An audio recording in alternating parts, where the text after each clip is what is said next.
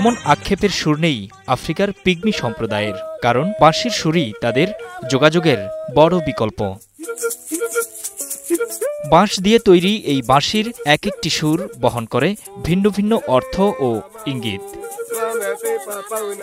পৃথিবীতে প্রাচীনতম যত জাতিগোষ্ঠী রয়েছে তার মধ্যে অন্যতম আফ্রিকার পিগমি। খর্বাকৃতির এই সম্প্রদায়ের বসবাস মূলত মধ্য আফ্রিকার রেইন ফরেস্টে। আধুনিক প্রযুক্তির কোনো কিছুই তারা ব্যবহার করেন না।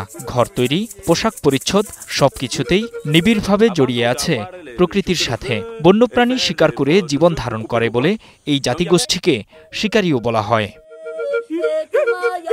স্থানীয় বংশীবাদক আবাদোনা আদিবিমের মতে বাঁশির সুর মোবাইল ফোনের মতোই কাজ করে। জঙ্গল জুড়ে যোগাযোগের জন্য পিগমি সম্প্রদায়ের প্রতিটি বংশের জন্য আলাদা আলাদা সুর ব্যবহার করা হয়। Et pourquoi nous utilisons ces instruments? Donc c'est ça notre instrument qui nous aide à communiquer, à appeler. Bon, si tu veux bien, c'est notre téléphone. পিগমিদের বিশ্বাস, বনের যে আত্মা থাকে তার নাম জেঙ্গো। তাকে সম্মান জানানো ও আধ্যাত্মিকতার জন্য এই বাঁশি বাজান তারা। এমনকি শারীরিক চিকিৎসাতেও কাজে লাগে এই সুর। তবে যে কেউ চাইলেই বাঁশি বাজাতে পারে না, এর জন্য নিতে হয় অনুমতি।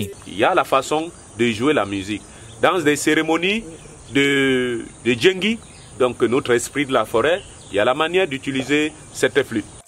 নৃতাত্ত্বিকরা মনে করেন ক্যামেরুনের রেইন ফরেস্টে পিগমিদের বসবাসের বয়স প্রায় ৫,০০০ বছর। রুয়ান্ডা, বুরুন্ডি, মধ্য আফ্রিকান প্রজাতন্ত্র, কঙ্গো, জাম্বিয়া, গ্যাবন ও অ্যাঙ্গোলাতেও বসতি রয়েছে তাদের। কিন্তু তাই বলে সংখ্যায় তারা খুব বেশি নন। বিশ্বে পিগমি জনগোষ্ঠী আছেন মাত্র ১,২০,০০০-এর মতন। নূর মোহাম্মদ, স্টার নিউজ।